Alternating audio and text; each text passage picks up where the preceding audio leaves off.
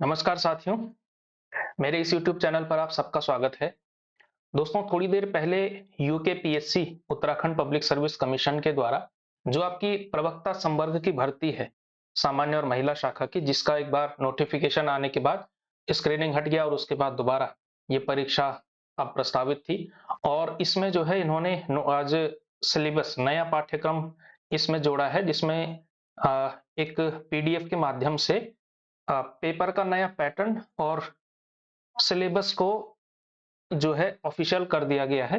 तो इसमें आप लोग इसकी इंफॉर्मेशन के लिए ही मैं ये वीडियो बना रहा हूँ, जिसमें आपको जो है ये देख सकते हैं आप लोग कि जो-जो परीक्षा थी, बहुत सारी चीज़ें इससे यहाँ पर क्लैरिटी यहाँ पर मिल रही है इस पीडीएफ के माध्यम से। तो देख सकते हैं कि जो परीक्षा होगी वो लिखित परीक्षा भी वस्तुनिष्ठ प्रकार की, यानी जो ऑब्जेक्टिव पेपर होता है वैसा, उसमें आप पेपर आंसर लिखने वाला नहीं होगा आपका, ठीक है? एक चीज़ ये पता चल रही है और इसके अलावा जो है इसमें 2 पेपर होंगे अब आपके, जिसमें 150 नंबर के, यानी एक प्रश्न 1 अंक का होगा और प्रत्येक प्रश्न पत्र आपका 3 घंटे का होगा। तो ये आपका नया जो है पेपर का पैटर्न है, जिसके बारे में पहले से ही चर्चाएँ चल रही थी और इसमें से देखिए प्रत्येक विषय का इसी तरह से सिलेबस जारी हुआ है और इसमें आप देख सकते हैं कि जो अंतिम परीक्षा का जो अंतिम चयन हो रहा है उम्मीदवार के प्रदर्शन पर आधारित होगा लिखित परीक्षा में। इसका मतलब नो इंटरव्यू, साक्षात्कार भी आपका नहीं होगा। तो इसमें केवल और केवल आपका ये जो परीक्षाएं होंगी, ये जो 300 नंबर होंगे, यही आपका अंततः सिलेक्शन, अंततः भविष्य डिसाइड करेंगे। ठीक है? तो इतने विषयों का, 17 विषयों का यहाँ पर नया पाठ्यक्रम घोषित किया है, जिसमें से हिंदी 9वें नंबर पर, क्योंकि वैसे ये सिलेबस हिंदी के लिए मैंने स्पेशली ये वीडियो लेकर के आ रहा हूँ, क्योंकि मैं हिंदी पढ़ाता हूँ। तो इसमें देख सकते हैं कि हिंदी के भी 2 पेपर होंगे और अगर आप ध्यान से देखें, अगर आपको पिछला सिलेबस याद हो, पिछला सिलेबस आप देखेंगे तो उसमें और इसमें कोई बदलाव नहीं है। ठीक है? कुछ नहीं किया है, बस बीच से सिलेबस को काट करके एक को पहले पेपर में डाल दिया और दूसरे को दूसरे पेपर में डाल दिया। एक बार मैं आपको ज़रा पुराना सिलेबस दिखाता हूँ। ये पुराना सिलेबस भी मैं यहाँ पे इकट्ठा किया हुआ है। तो अगर आप देखेंगे इसमें ध्यान से, तो ये जो शुरू के 5 यूनिट तक हैं, हिंदी साहित्य का इतिहास, आप देख सकते हैं पहले इस पेपर का नाम भी यहाँ पे इन्होंने हिंदी साहित्य का इतिहास ही रखा है और ये 5 टॉपिक, जो कि आपके 5 टॉपिक हिंदी साहित्य के इतिहास के होते हैं। ये आपके कविता के हो गए 4 युग, उसके बाद आदिकाल, भक्तिकाल, रीतिकाल, आधुनिक काल, प्रमुख धाराएं, प्रमुख वाद, प्रमुख कवि कविताएं और इसके अलावा जो अद्यतन विधाएं, दलित साहित्य, यहाँ तक कि कुछ भाषा तक नहीं बदली, कोई शब्द जोड़ा घटाया तक नहीं है। अगर आप इसको देखेंगे तो यहाँ तक का exactly same to same syllabus आपका, ये आपका पेपर 1 है। ठीक है? और भारतीय काव्य शास्त्र से लेकर के भारतीय और पाश्चात्य काव्य शास्त्र, हिंदी आलोचना प्लस व्याकरण और भाषा मिला करके ये पेपर नंबर 2 बनाया गया है। तो कोई बदलाव नहीं हुआ है आपके सिलेबस में, अगर आप टेक्निकली देखें तो। बस ये है कि अब आपके 200 की जगह पर आपको 300 करने होंगे और अतिरिक्त 2 घंटे आपको मिलेंगे। पहले शायद 2 मिलते थे, 2 ही मिलते थे या ढाई जो भी था। अब जो है आपको 3-3 घंटे प्रत्येक के हिसाब से मिलेंगे। अब इसमें ये क्लैरिटी नहीं है कि ये दोनों पेपर एक ही दिन पर होंगे या अलग-अलग दिन पर होंगे। वो अब जब नोटिफिकेशन आएगा, जल्दी आ जाएगा 2-3 दिन में, तो वहां पर ये क्लैरिटी होगी। पेपर कब होगा इसके बारे में भी नोटिफिकेशन से पता चलेगा। लेकिन कम से कम आपको जो है ये पता चल चुका है कि जो आपका सिलेबस है उसमें कोई बड़ा बदलाव नहीं हुआ है और सिलेबस का पैटर्न परीक्षा किस आधार पर होगी, इंटरव्यू नहीं होगा। ये सब कुछ हम इस पीडीएफ से निष्कर्ष निकाल सकते हैं। ठीक है? 1 मिनट अगर आप दोबारा सिलेबस देखना चाहें तो देख सकते हैं। हिंदी साहित्य का इतिहास पहला जो पेपर है, अगर आप पाठ्यक्रम के लिहाज से देखेंगे तो बड़ा सिलेबस यही है। ठीक है? पर बड़ा सिलेबस जरूर है, लेकिन ये हमने जनरली पढ़ा हुआ होता है। ठीक है? तो इस वजह से पहला पेपर लेंदी भी है, बट इजी भी है।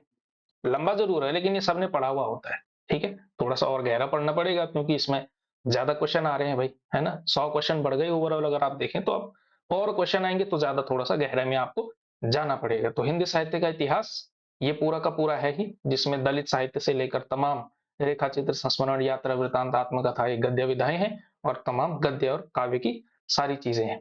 दूसरा पेपर अगर आप देखेंगे तो भाषा एवं व्याकरण अगर आपका अच्छा है तो फिर तो ये पेपर आसान है। बस इसमें थोड़ा-सा 2 टेक्निकल चीज़ें ये जुड़ी हैं कि आपका जो काव्य शास्त्र है वो पेपर 2 में है, ठीक? और पेपर 2 में आप लोग जानते हैं भारतीय काव्य शास्त्र और पाश्चात्य काव्य शास्त्र, और इसमें भी कोई बदलाव आप लोग नहीं देखेंगे, ठीक है? देखिए, पहले भी प्लेटो, अरस्तू लगे हुए थे, लॉन्जाइनस लगा हुआ था, क्रोचे लगा हुआ था और रिचर्ड्स लगा हुआ था। चाहे तो यहाँ पर देख सकते हैं। यही सिलेबस था पूरा। प्लेटो, अरस्तू के अनुकरण, विरेचन सिद्धांत और लॉन्जाइनस का, क्रोचे का और रिचर्ड्स का। तो कोई भी एक शब्द तक नहीं बदला है सिलेबस का, ठीक है। तो काव्य शास्त्र आ गया आपको पेपर 2 में। इसके अलावा हिंदी आलोचना, आलोचना में 4-5 आलोचक हैं, शुक्ल जी हो गए, द्विवेदी जी, वाजपेयी जी, शर्मा जी, नगेंद्र जी और नामवर जी, ठीक। और इसके अलावा हिंदी व्याकरण है, और जो संस्कृत व्याकरण है आपका, संस्कृत व्याकरण में भी कोई बहुत, संस्कृत से बस एक चीज आपको करनी पड़ेगी, क्योंकि शब्द रूप प्लस धातु रूप भी है और शब्द रूप भी है, यानी कि विभक्तियां भी करनी पड़ेगी और लकार जो करने पड़ते हैं वो एक चीज है। बाकी कारक, हाँ मतलब कारक भी विभक्ति है तो संस्कृत का वो हो जाएगा इसमें, ठीक है। और इसके अलावा समास और संधि तो वही नियम चलता है जो आप हिंदी में पढ़ते हैं, ठीक है। तो इसमें और उसमें कोई भेद विशेष है नहीं।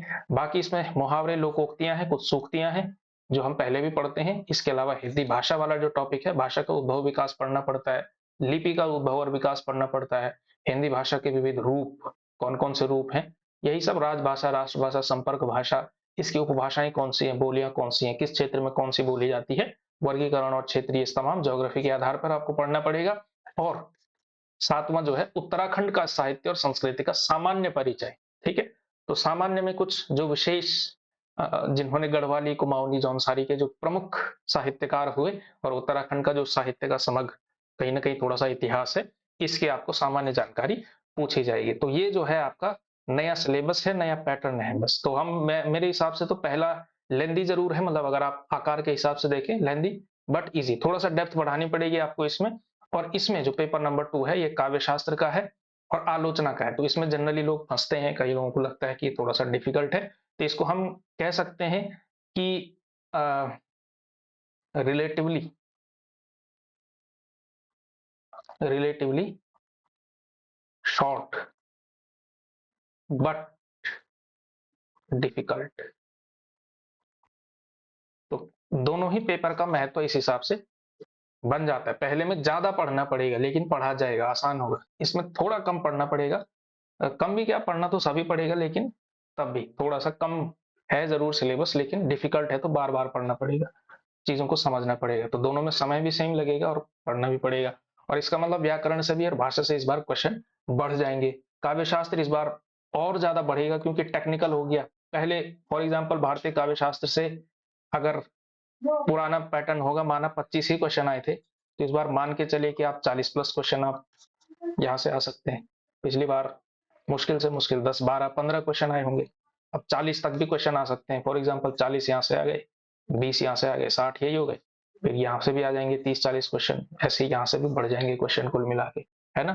तो इस वजह से थोड़ा सा आपको अतिरिक्त करना पड़ेगा, ज्यादा पढ़ना पड़ेगा, डेप्थ थोड़ा सा बढ़ानी पड़ेगी। बाकी सिलेबस वही है, कोई बदलाव नहीं है, डेप्थ बढ़ानी पड़ेगी क्योंकि क्वेश्चन अब 100 क्वेश्चन आपको और करने पड़ेंगे, तो 2 घंटे और मिल रहे हैं आपको।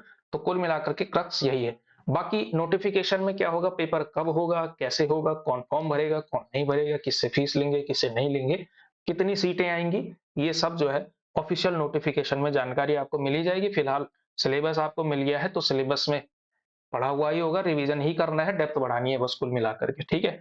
और बाकी जो अन्य विषय के भी साथी है अगर देख रहे हैं तो उनके लिए ये है कि अगर आप वो पढ़ना चाहें खुद भी पढ़ सकते हैं वैसे। और फिर मैं आपको बताऊंगा कि किन किन विषयों में अगर टेस्ट सीरीज लानी होगी तो टेस्ट सीरीज किन किन विषयों में ला सकते हैं। और हिंदी वालों के लिए जानकारी यही है कि हमारा बैच चल ही रहा है। यदि पेपर का पेपर में अगर हमें टाइम मिलता है, अगर कहते हैं कि अप्रैल में या जून में अगर हमारा पेपर शेड्यूल हुआ हिंदी का, तो एक और बैच हमारे बीच आएगा लाइव वाला, वरना एक बैच तो चल ही रहा है, ठीक है।